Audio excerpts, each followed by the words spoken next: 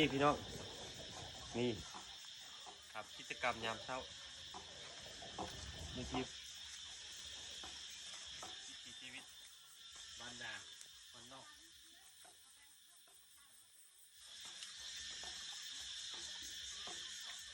เรือใกล้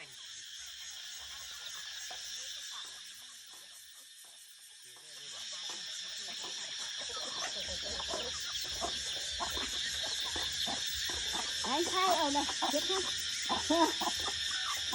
เดี๋ยวจะใช่จุดเลยนี่พี่น้องเป็ด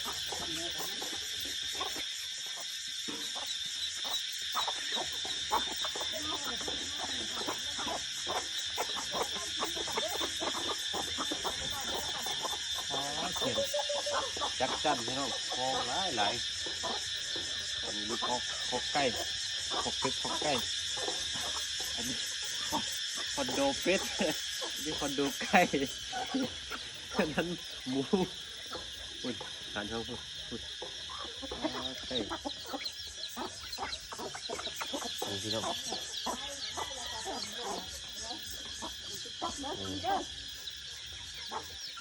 นี่แหละบ้านเขาก็แบบนี้พี่น้องง่ายๆหรือง่ายๆเลี้ยงเป็ดเลี้ยงไก่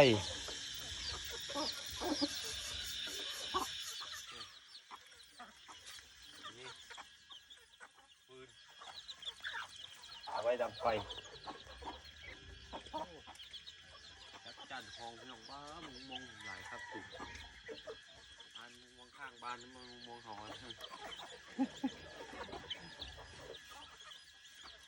ตอนนี้ตี 5อยู่ด้วยแจ้งละอากาศดีหนาว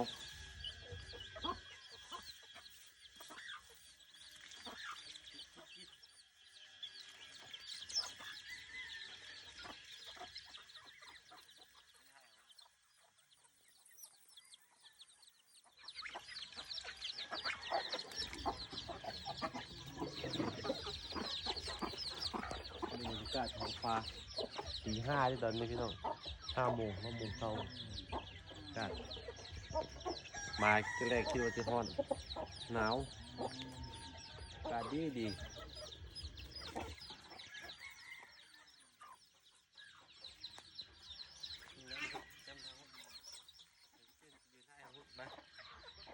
โอ้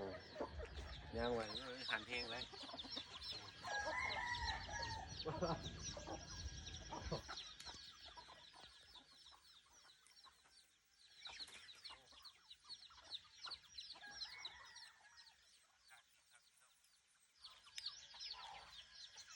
มาตามมาทางพี่ตากล้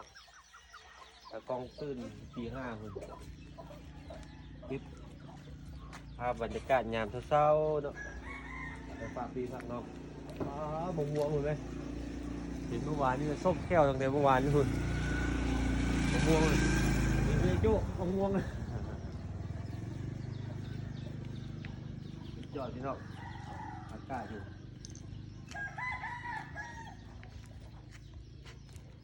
เอาทำนี้ก็เด้อพี่น้อง